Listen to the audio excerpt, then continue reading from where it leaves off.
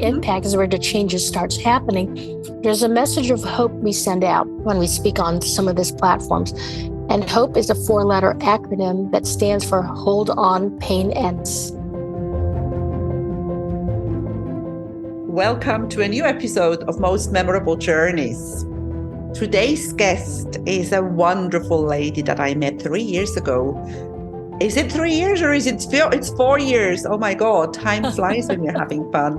At the Global Women Summit in London, she's a speaker, she is a social conscious leader, she is an author, an international keynote speaker, and she has recently received a Presidential Lifetime and Service Achievement Award. And we want to talk about what else is going on in her life. Dr. Melody Garcia, welcome to Most Memorable Journeys. Oh, thank you so much. What a perfectly timed podcast title. It certainly has been memorable, and it hasn't been short on memories since the last time I saw you anyways. I can't believe it is 4 years ago. It's amazing, isn't it? Because I brought the Global Women Club to Cyprus shortly after that summer. I started in October, and I had not a party, I had a conference last year and was celebrating 3 years. So it's amazing how fast time passes. Despite COVID, how did you go through the pandemic? Well, it was for somebody who has been so used to be on the go, just like yourself, Elizabeth, it literally had to be recalibrated and shifting, making major adjustments. Thank goodness for a dear mentor of mine, Dr. Steve Maraboli, whose first decree is kick back and observe, right? Don't be reactive. Start noticing things because usually there's a lot of distractions, but seek truth in all this, because this is unprecedented when the whole world shuts down. And then readjust yourself accordingly with the mindset of how do you continue to add value, or in corporate leadership training prior to becoming an entrepreneur certainly played a very good game because I'm used to crisis management. But a lot of what I had observed was a lot of reactions, a lot of fear rising up, where I decided to go the opposite and start questioning everything, right? How do I drive in solutions? How do I adjust even the way I would coach methodology, because the mindset's completely shifted into fear and panic, that no matter what positive talks you would try to give somebody, the fear of uncertainty was very strongly resonated on a global scale, right? So I had to pull some, I call it old tricks from the old hat, right, of my corporate training days when there was a crisis on a massive scale. Even using behavioral methodologies that back in the 2001 was at 911. Remember the terrorist attack? Yeah. So using several of those methodologies of really getting into people's mindsets that you have to be able to breathe during this. And I'm not talking about breathing exercises, but anchor them. But nobody knew how we were going to emerge from it. So you can't put contingency plans based on old programming into this unknown that we were facing and how things are going to emerge, right? Look at what happened in international travel. We call this different type of travel policies emerged from this. Some countries accepted you if you were vaccinated, or countries accepted if you were vaccinated, and some countries closed their doors if you were unvaccinated, right? And so it borders, again, on the human rights side, because there was a lot of fear mongering coming from different government spaces or even private sectors. But we don't know what that was going to bring on as well. So you talk about having to do a hard pause and reprogramming and rewriting everything, because this was a new type of mindset that we were having to deal with. But it brought in a lot of opportunities my way as well. Absolutely. That's amazing. Yes, I like the way you see it. It's so amazing because nobody knew what was going on. It was just, when you look back at this time that we've just been through, so many things were wrong, so many things were not thought through, and so many things were made absolutely no sense. But I also believe that some of the people who took decisions, they didn't really know what they were doing. And I think it was, in fact, it became the world of entrepreneurs for us to start solving problems, because that's what entrepreneurs are really known for, right? Or hopefully known for, right? The valid ones is you start driving in solutions. And I found myself collectively working with some entrepreneurs, but also thrown into some government spaces where my talent was now required, right? In that creative space of how do we start solving some of these, I had to redefine what women empowerment is, and not the watered down version that we've been seeing a lot of. And, the one thing that had brought attention to my door is the level of authenticity and transparency of calling out what is not congruent, what is not authentic, right? Because unfortunately, I don't know at what point did even just this blue check mark had become a joke as a source of validation. My mentors actually said, we now live in a world, you're going to love this, Elizabeth. We now live in a world where I have to authenticate that is really me. Yeah. Yeah. Yes. Yes. And then pay a fee for that. And, pay a fee for that. And then it also, unfortunately, created a different type of environment for others to start buying fake followers for validation of you're somebody. And this is very well seen in the coaching and the speaking industry. Right? Because when I started tracing certain accounts, there's 100,000 fake followers, but yet you go on social media, and I'm so humbled and honored that I have hit 100,000 followers, knowing they fully paid well, that those are not real people following their accounts. Oh God, yes. Tell me about it. Right? Yes. That, and also now, and look at what happened was it sometime last week that Mark Zuckerberg announced that this verifiable blue check mark is now going to be a subscription basis, both for Facebook and Instagram, at $12 a month, which is hilarious because you've got all these people that paid a lot of money so that they feel significance and importance to have a blue check mark. Yeah, it's sad though. Isn't that sad that you actually need that thing that you need? Well, again, we now live, where fake has risen to such capacity. In fact, I would say over a year ago, I did a television interview, right, with Canada, with somebody who's been in her show has been showing for 13 seasons now, right? Successful in its space. And myself and this person named Dr. Mark Anthony King decided to go to town of really debunking all these myths of empowerment and authority. We told them, how do you become a #1 best-selling author in Amazon? It's not a big deal. We know the manipulation that goes behind it. We told them, the people that are saying, oh my goodness, I was featured in Forbes and Yahoo Financial. I said, I have the cost sheet for all of that. It's nothing special. As long as you have the money, you can pay for it. You can say, oh my goodness, I'm in Psychology Today as a preferred therapist. No, you pay $25 a month to get into that advertising campaign. Mm-hmm. That is why, but it doesn't mean that and here's one thing that I always say, just because you're certified doesn't mean you're qualified. Oh, that is so true. That is so true. Mm-hmm. And, I also believe that there are so many unprotected professions. I actually have two of those. I'm a translator. I worked as a translator for 17 years. An interpreter translator is a completely unprotected profession. And I am also a hypnotherapist and a coach. Same thing, because you can have 100 titles, but if you're not doing a good job, and if you can't help people, that's not, it's not real. And you've got coaching certifications you see on Facebook for $7 now. That's right. And even for NLP, right? Neuro-linguistic programming, $7. Well, a lot of the other folks that have really invested time and money went through the proper certification processes, right? I'm certified in PNA, which is psychoneuroactualization. Mine is a little bit different because I had to be vetted 3 years. That I had no idea I was being vetted for 3 years. And it was the behavioral scientist that approached me and said, look, I'm offering 7 spots. So it's not even open to the public, because he had to vet us consistently. Are we who we say we are? We both know this as a coach and hypnotherapist yourself. It takes about 3 to 4 months for the mask to start falling off. No pun intended, right? On the pandemic. But it takes 3 to 4 months for real behaviors to start showing up. So his test modality on me is then what would happen in 3 years? Are you still consistent with your integrity? Are you still consistent with authenticity? What type of environmental, economic, emotional, mental challenges shows up in 3 years? And who are you? right? And the one thing that he admired the most is that I remained true to who I was, regardless of what was happening, right? The delivery, that authenticity. So present day, you talked about, yes, we came to a time where everybody couldn't travel.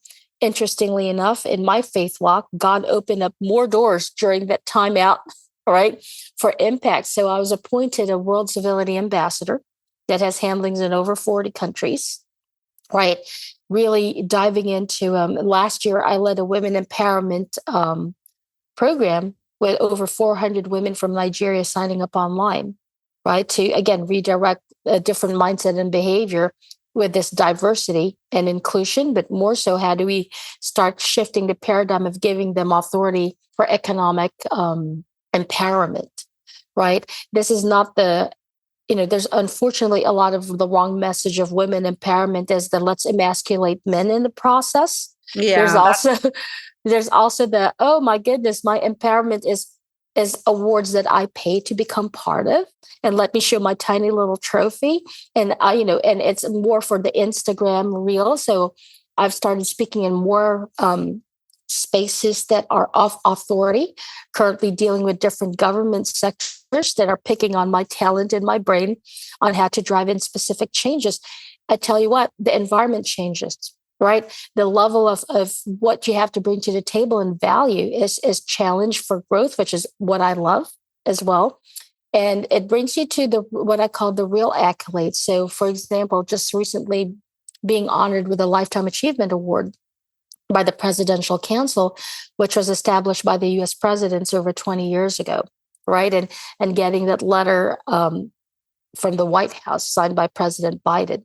That's something of a milestone moment. But the month prior to this, I was honored by the Princess of Bahrain as one of the top 50 women around the world of impact, to watch out for 2023. And when I look at the roster of women, these are people that I've never heard of, which I'm excited to meet. I was excited to connect with some of them, but these are like cabinet members of Maldives. These are women that are like scientists that had created new paradigm shift. But to be in those circles really makes me take a look back of my last few years of journey as well, of how do we drive in solutions.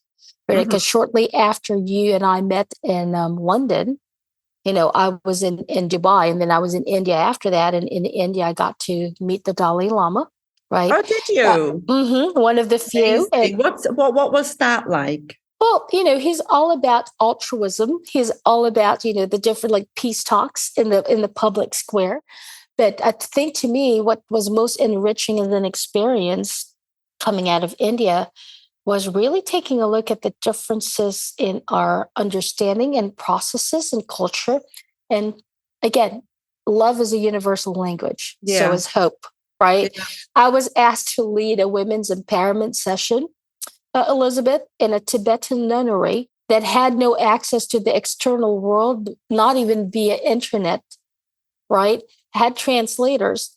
And here I was thinking, how in the world am I supposed to empower these women when their entire life is dedicated to staying inside that monastery? It was a different type of stage, right? And come to find out, again, the quality of your questions determines the response you're going to get. One of the questions I asked is, how do they know? Because I saw children as young as 7 and 8 years old, little girls, all the way to past their 70s, and they were dressed in the nun costume, like the similar to the monks.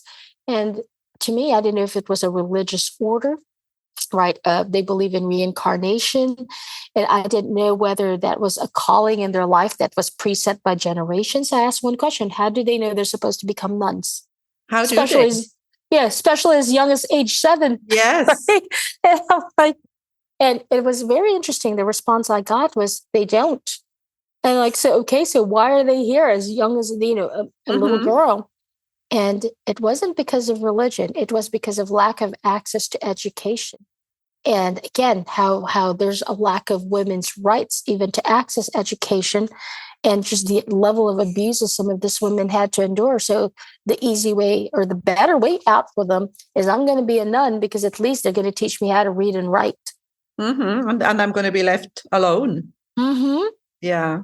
And if that means I get to toil the land for the rest of my life, the mere fact that I have access to reading, the very things we take for granted. right? Yeah.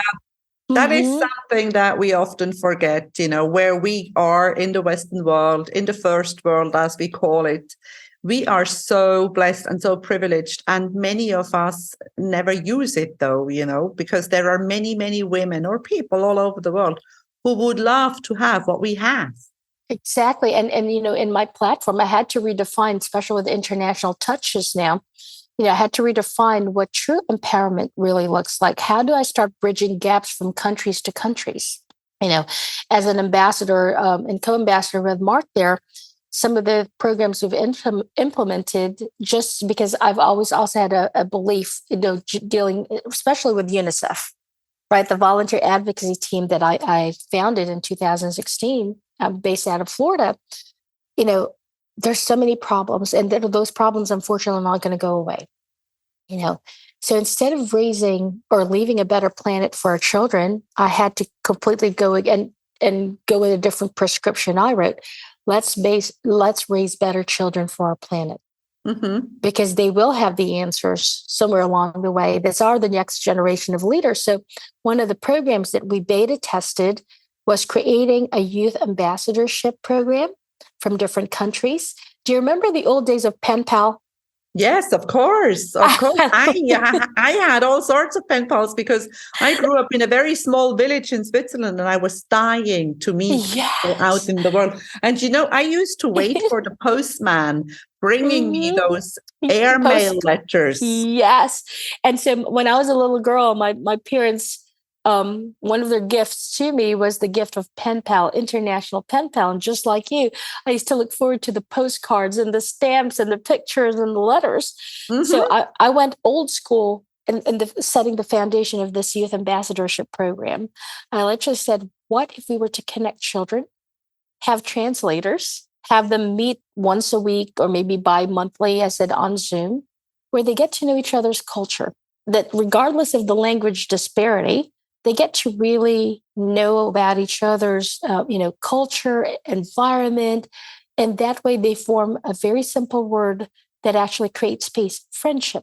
Because we have no idea how the children are going to grow up. What if all four of them, because we tested it with Argentina, Nigeria, India, and I forgot the fourth one, whether it was Jamaica or Nairobi, but it was 4 different countries, right? And none of them spoke English. That would bridge the gap. So, and, just trying to see what it would lead to. By the end of that pilot, and we encouraged them to continue to talk to each other, they loved on each other. They were laughing. They couldn't wait to get online and show them, like, here's what I created in art. And one was an equestrian, talked about her, competition with horses. Now, imagine if the 4 of them grew up to be prime ministers or presidents. And Mm-hmm. war was at hand. Mm-hmm. Knowing that all their life they've created friendships that become secondary or third families, right? Visited, would you really be inclined to create war with a country and a culture you fell in love with?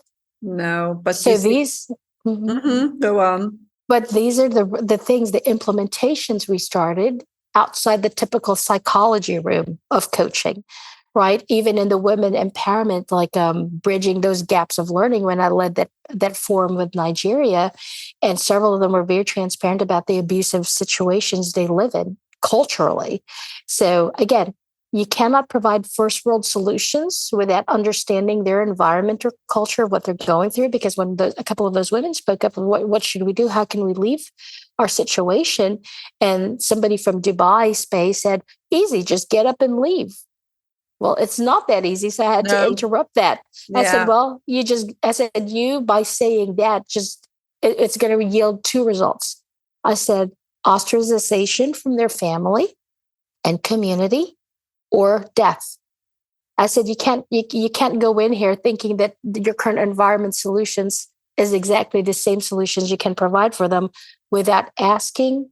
I'm dealing with a different government right now, Mongolia, right? And they're asking for women empowerment sessions as well, authority for me to take a look at that, of how can I impact that particular country.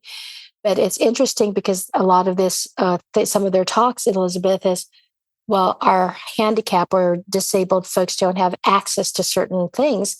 And during those conversations, somebody from the US space says, well, we can give you building codes and things that we've done in the US. Well, they don't even have paved roads. I was like, you Or can't be giving ramps codes. or whatever. I said, Yeah. you can't give codes when there's no roads, right? I said, so again, this also shows us the learning curve that a lot of us still have to grow into. If you're really going to talk about, I'm a global empowerment person, right? That authority, then do you really have global knowledge? Or is it just another catchy? Yeah. Do you have global knowledge? So again, it's debunking this myths of authority. And where I was alluding to with you with the Canada interview, which was hilarious, is we went to town basically telling people truth on how some of these fake stances and impressions that people have actually paid for in order to just impress you for their own ego validation. I'm somebody important. I said, it's all paid for. We thought we were going to get canceled because, again, this is the cancel culture era. Yes, You're canceled. You're when canceled. they don't like what you say, they cancel you. Yeah, so they canceled. So it was a 3-hour interview, and we thought that was it. They're going to cancel this entire segment. It went the opposite because there's also a great number of people seeking truth. The producers loved it. They ended up splicing that 3-hour interview into 4 episodes or 3 or 4 episodes that was shown in 4 different networks over the course of 3 weeks in Canada. Because again, how do you rise yourself to be authentic leader? You start talking about the things that manipulates other people into believing that these are the people, this is the way of life. And I call it the real REAL versus the real REEL. That's a good one. Yes. But I want to come back to that thing that you said about that project about the kids and how you put. I have learned something. I worked all over the world when I was a tour guide, and I've traveled a lot. And as you say, there are so many differences. There are so many. The real thing, knowing the real thing that people may have no roads, they may have no this, but deep down, at the end of the day, we all have the same desire. We all want to be happy and healthy and free. Yeah, well, happy, healthy, free, and this sense of belonging, sense of acceptance and growth. Another part of my ambassadorship right now as a brand ambassador is this place out in San Jacinto, California. It's a tiny little town in California, and it's a boxing gym. It's called Boxing for Christ. I know nothing about boxing sports. I'm just kind of learning into it, because of someone special in my life. But it's really interesting that this woman who created this boxing gym, who also had no background in any of that athletic sports, brought that gym together to take children off the streets because the community and environment is ridden with drugs and drug abuse and drug things. So she created this safe haven for these children where they can take all their aggression, right? And discipline them into boxing and use that as part of her ministry to introduce certain mindsets and behaviors for discipline. But another program that we're now launching is we're mentoring these children. We're going to start mentoring these children by, so I told you that I moved to Tennessee, right? And I'm actually going to be hosting some of the masterminds here that I would love for you to come be a part of. This is a 14,000 square foot property. It's a mansion. Wow. On 5 acres of land. Melody. Yes, come on. Because this is where, even if it's a full week of integration, it's sitting on 5 acres of nature. Yeah. Waterfalls, rivers, caves, but there's still townships over here. That taking, let's, for example, a group of children who's only known poverty and putting them in a different environment that says this is a possibility. Mm-hmm. You have to give them experiences that lets them lock on psychologically from childhood, right? Of going, wait, I remember feeling how it felt to be in that home. I remember feeling being catered to and the learning, right? So that becomes a target goal. So even if they go back to the sad environment of challenges that they now have an alter experience. Mm-hmm. Yeah. Right. Amazing. An alter experience. So that's one of the things that we're launching, but I'm also doing this on the women empowerment forefront of now, that program is being finalized where I'm challenging women of certain levels of successes. Okay, hey, you had enough accolades, you've got whatever, your blue check, or you've traveled around the world.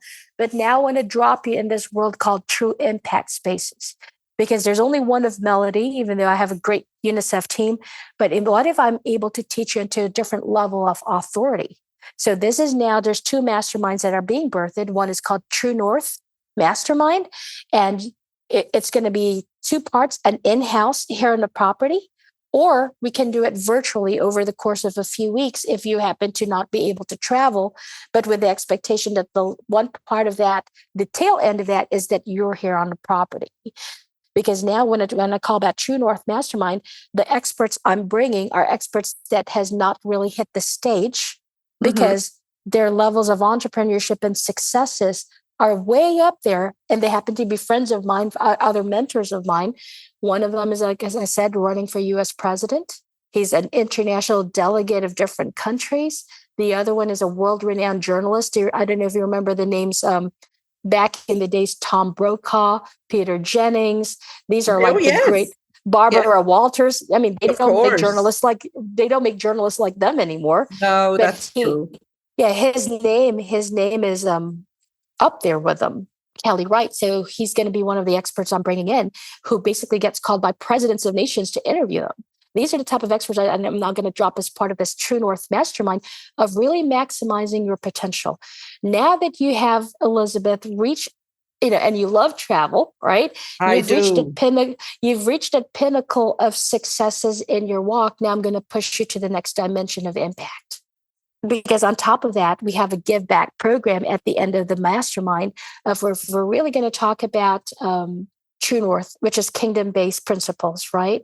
Then there's a give back program. And we've already been in touch with certain foundations that I actually have relationships with on scholarships for children in underdeveloped countries, for example, as part of this. So it's a True North Mastermind. And then the women empowerment is actually called the Queen's Court, right? The Queen's Court. The Queen's Court is my signature, which is under the Life Unscripted LLC that I have, which is now teaching women specifically, if you have the calling, if we were going to use it biblically based, and this is nothing, you can be of a different faith, but this is the principles I'm going to be using because there's a lot of curiosity. Melody, how are you getting into spaces that we can't? For example, I delivered a closing keynote at Harvard University by invitation, and at the time I was 2 credits shy from my bachelor's degree. It didn't matter, right? And then this all of a sudden I get this honorary doctorate for the work that I've done. How are you? Like, I met with the Princes of Morocco on global refugee crisis, again, the Dalai Lama. So high level meets, I'm invited. I've led 50 congressional meetings. So again, how do I take someone named Elizabeth, who has such a beautiful heart, who's very well versed in travel, which means you have an understanding of cultural breakdowns more than others, because you didn't just go traveling to enjoy the sights. You enjoy the culture and the people more than anything. Yeah. How do I maximize the potential to now drive in solutions? Right? These are now, because if you look at the biblical scripture, like, for example, Queen Esther in the Bible, she saved a nation. If you look at that, that is the true women empowerment. Absolutely. Right? Absolutely.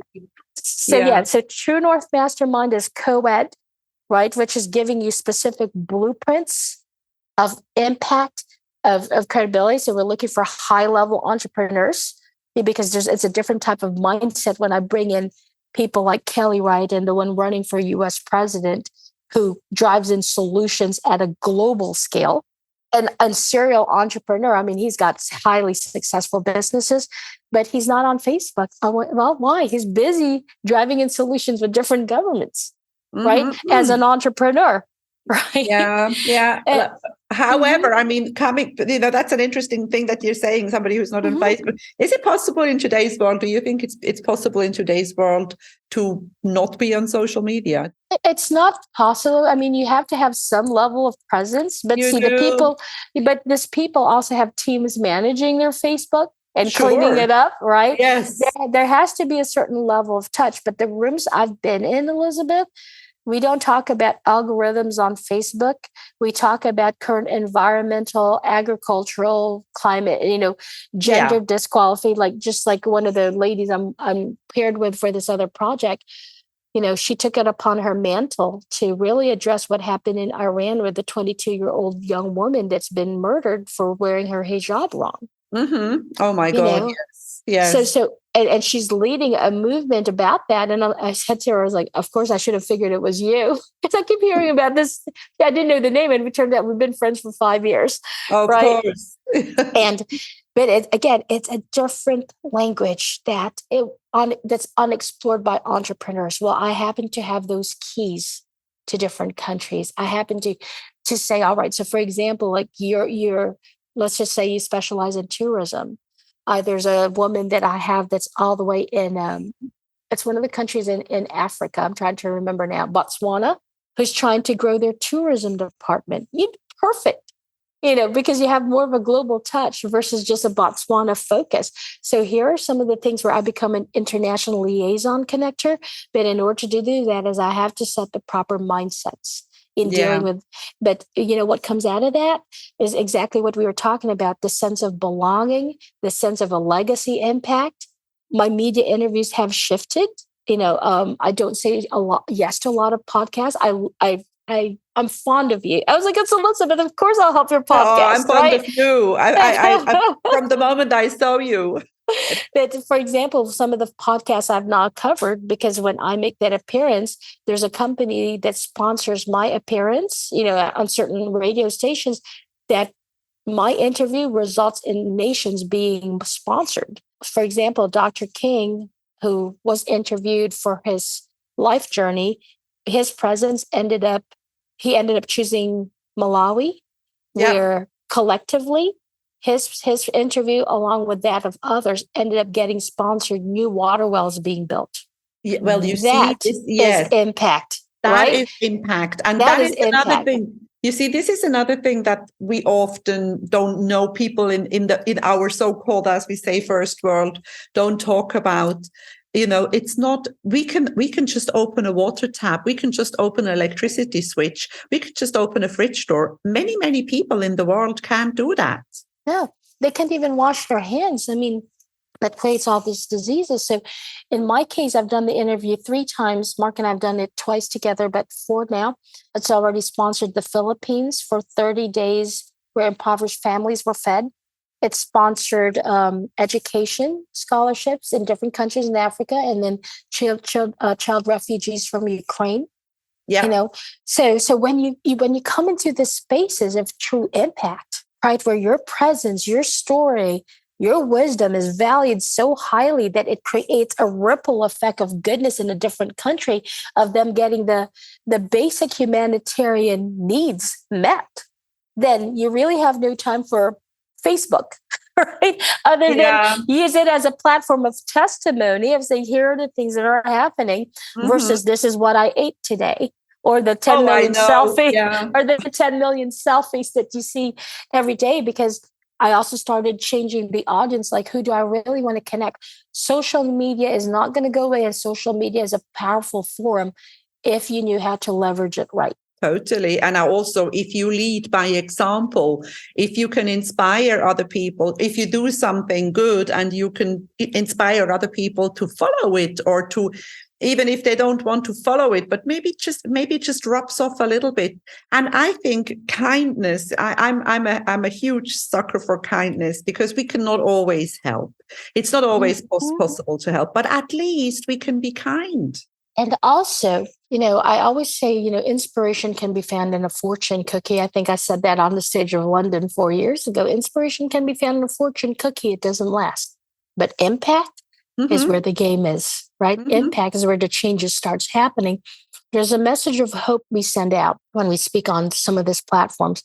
And HOPE is a 4-letter acronym that stands for Hold On, Pain Ends.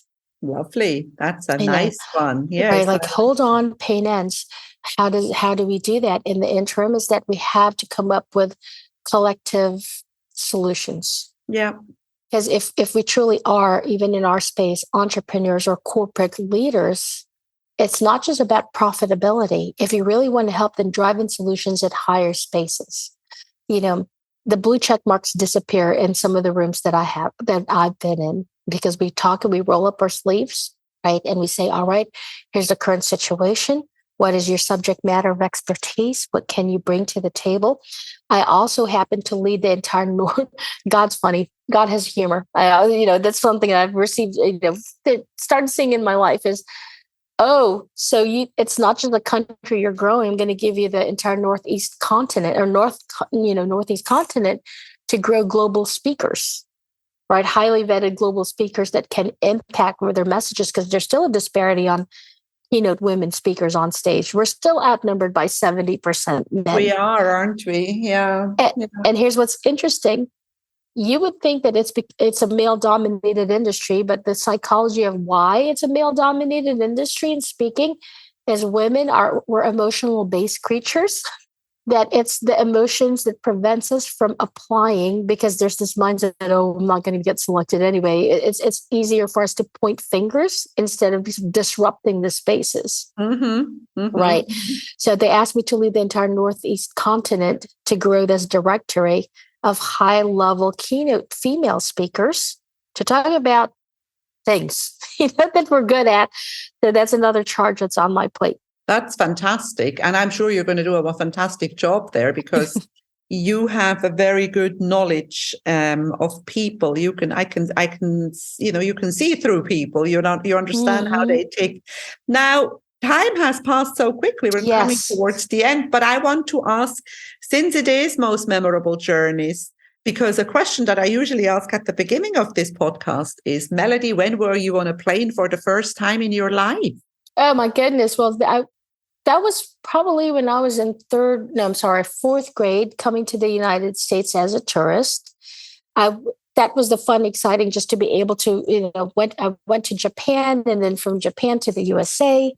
That was memorable, just because it was a plane experience. As a child, it was an airplane more than anything.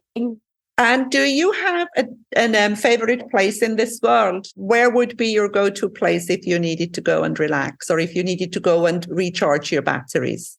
I've always been an ocean/water person. So this is actually with this move to Tennessee. I was in Florida, surrounded by water. Now I'm surrounded by nature, right? Lots of water. Although, right now, as I'm sitting here in the kitchen, I'm looking outside a beautiful swimming pool. So the water is still there, right? But anything, like some of my favorite places in travel is Capri in Italy. Yes, Capri, that area on a Capri. Fell in love with that. But I love Europe, but I also have a love for Dubai, just because of the technology that they have, but love Europe. And I think it's hard for me to nail a specific place, because tied to the place are the people. Yes. And when you fall in love with the people and their culture, then you start falling in love with their environment as well. Absolutely. And I think there are so many good people out there. You just have to go and find them and connect with them and include them in your life. And laugh, as you said before, laugh is a universal language, and the smile doesn't need any translator, doesn't need any interpreter. We can get by with that. Yeah. So, Melody, any travel plans in the near future? Well, yes, I would invite anybody of your listeners to connect with me on Facebook under Melody Garcia. I'm going to send you the links for them to connect with me, because I would love to invite everyone in this mastermind. Remember that we're going to do this virtually. So your zip code, what country you're in, is not going to be a problem. As long as you have access to a laptop, we're great, right? So the two masterminds I'm launching, which is the Queen's Court and True North, right? Mastermind.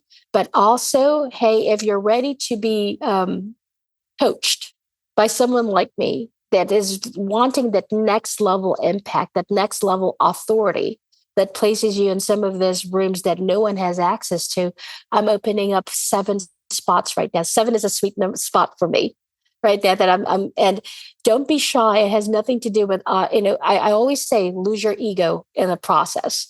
Right? Become a student of life. We all have a lot to learn from each other.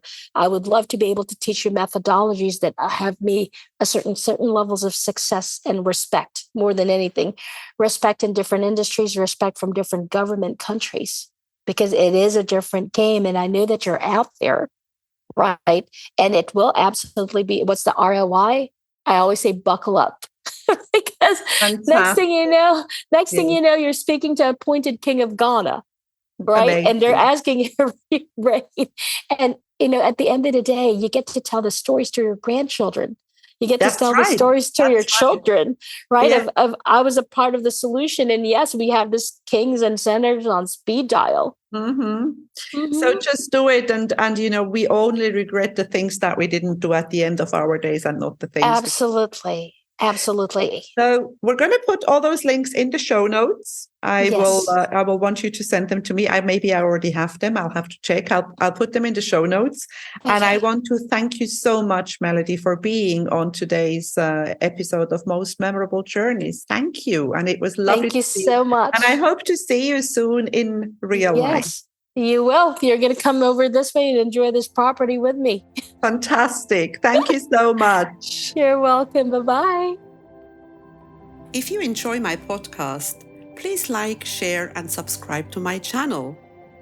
You will find all the information in the show notes.